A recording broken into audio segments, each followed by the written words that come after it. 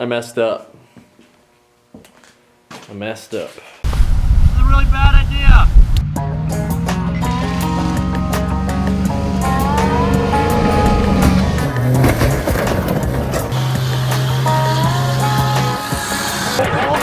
I saw this old ride listed for sale, 10 years old, and it looked like hell. All my friends said don't, I replied, oh Lord, it's an F-150 on bed full.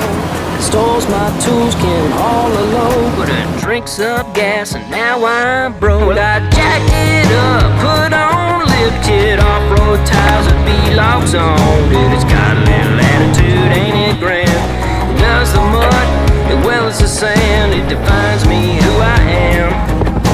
It's more than practical, it's a statement. If you ever think I'll sell it, good luck. American made, and it's my truck.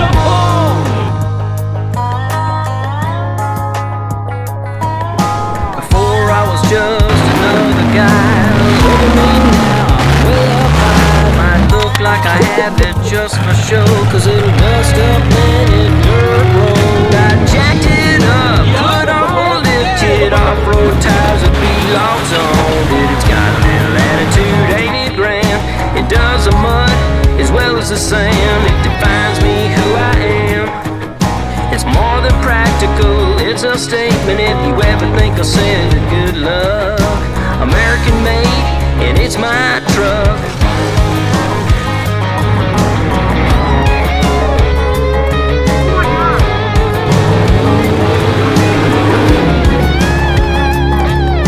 It stores my tools, can haul a load, but it drinks up gas, and now I'm broke. Well, I jacked it up, put on lift kit, off-road tires with B-locks on it. It's got a little attitude, ain't it grand? So, as you guys know, I've been spending the last month and a half basically collecting, buying, finding, getting shipped here parts, rust-free parts, so I can paint my Fummins and make it essentially rust-free, and paint it. And that's the big goal here is still to get my truck painted during this quarantine. But made some dumb mistakes. So I got a box, which I knew had some dents and dings in it and isn't perfectly straight.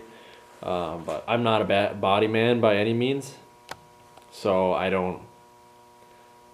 was not aware of the extent of what it would take to how much Bondo you'd have to use and how much primer and then resanding and repriming and everything to actually make it look good, to really straighten out a box like this that's in this kind of shape. I wasn't really aware of that. And the fenders, they've got some dents and dings in them too, which they're not perfect and would again take a lot of filler and a lot of sanding, priming. And basically all those materials too cost a lot of money and add up as well. The primer and the Bondo and all that stuff too. Basically what I'm getting to is my grandpa's a body man. He's the one that's going to be helping me make this body nice and ready to paint. He's the one that's going to be helping me out with all of that and kind of leading the way on it, just because I have no experience painting vehicles. He's restored a ton of vehicles.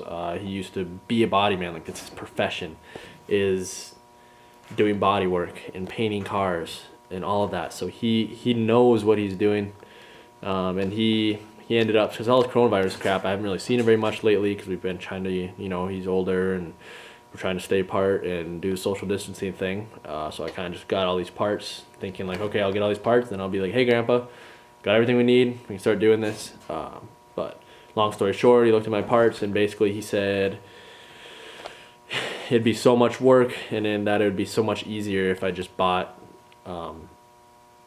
box sides off of LMC to replace the box sides on my old box.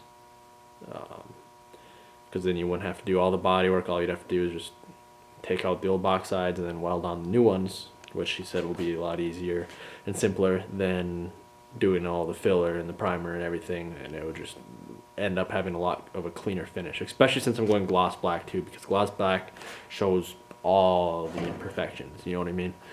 And he also said for the fenders, since my fenders are the original paint, they're not so dried and chipped away and everything like those fenders, plus my fenders really don't have any dents in them.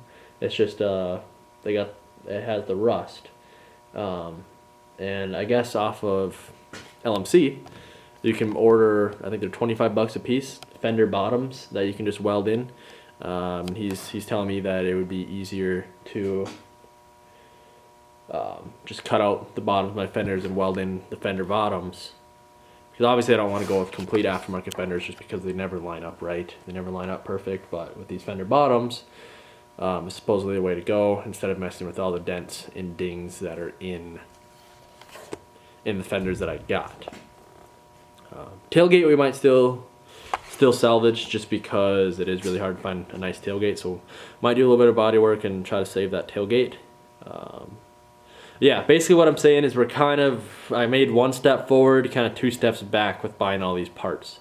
And I'd like to apologize to you guys because, I don't know, I've been putting off making this video for a few days now after I found this stuff out, because I know it makes me look dumb, but I'm still just a 20-year-old kid, never done body work before. I don't know exactly, you know, what I'm doing, what to check for and look for and all that. If it wasn't for this virus, I would have had my grandpa be a bigger part of me getting these parts. It was just, we're trying to keep our distance, you know.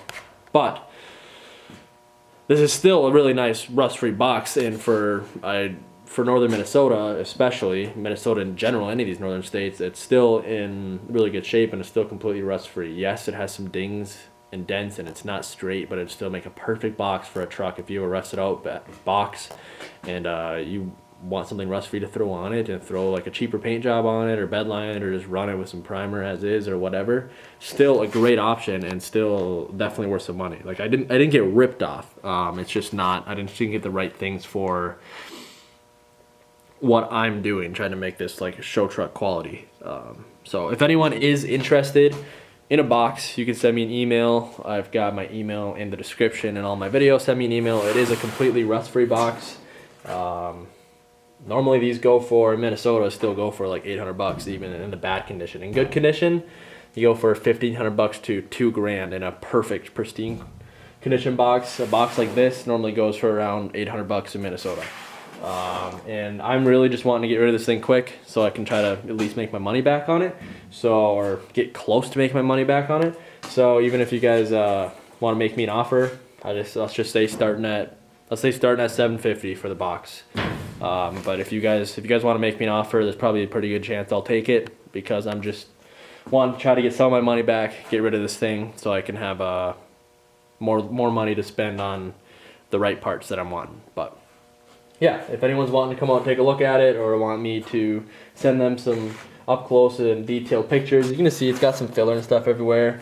Not everywhere, but in a few spots where there were some dents. But if you go in and look on the back side of this, there's zero rust. It's just the only spots with fillers where someone did a really bad job at filling in dents, basically. So it would have to be sanded out or just ran in it as is. But dent-free. I mean, not dent-free, rust-free. So if you are interested in that, hit me up. Also, if you're interested in some completely rust-free fenders, the fenders are in pretty dang good shape.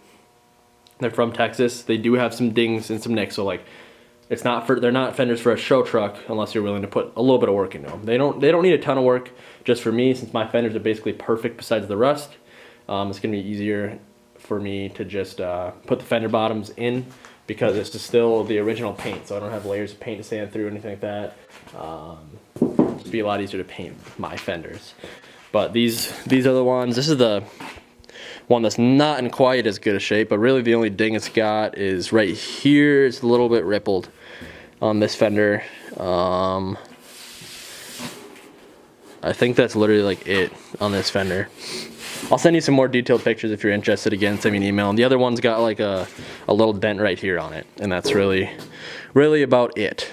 So I'm just trying to make a little bit of my money back. If I can help any of you guys out that are in Minnesota working on your projects, working on your trucks, and you are interested in some really cheap rust-free parts that you wouldn't be able to find a deal like this anywhere else, shoot me an email. So I want to get rid of them, and I would be happy to help one of you guys out that are working on a project right now get some parts for a good price. Now, I know most of you guys are gonna complain and say this is just another boring talking video, Colin, and I know, but this is a video that I had to make because I want to be clear with you guys about everything that is going on with the channel and going on with the build. And I'm sorry, I'm having really bad allergies right now. All the snow's melting, so now all the snow mold and stuff is springtime, spring allergies. So I'm a little gunked up. But yeah, I just want to don't want to keep you guys in the dark with anything that's going on with the projects. So we're kind of going to be taking a step back for the Fummins for a little bit right now while I sell these parts and start ordering the new parts that I need. But so that's some bad news. I do have some headlights, new bulbs that I'm going to be installing in a future video, either the next video or the video after. So that'll be some stuff I'll be getting done with the Fummins. Still gonna be doing some stuff on it, just it's gonna be kind of at a standstill just for a little while we kind of swap parts here before it's painted. So what am I gonna do to make it up for you guys? What I'm gonna do to make it up for you guys is, I know a lot of you guys have been asking about the first gen, and I've been kind of putting it off because I've been buying stuff for that. But since that's gonna be at a bit of a standstill while I figure stuff out with parts, I'm gonna order a hood stack kit for it tonight. And I'm gonna order some spacers for it tonight so I can actually get these wheels not be so tucked in and rubbing and actually get them bumped out a bit. Might even be looking around for some different wheels to put on here, some different tires at least. But yeah, I'm gonna be ordering a hood stack kit for the first gen and spacers tonight.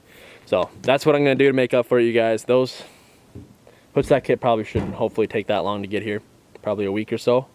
And yeah.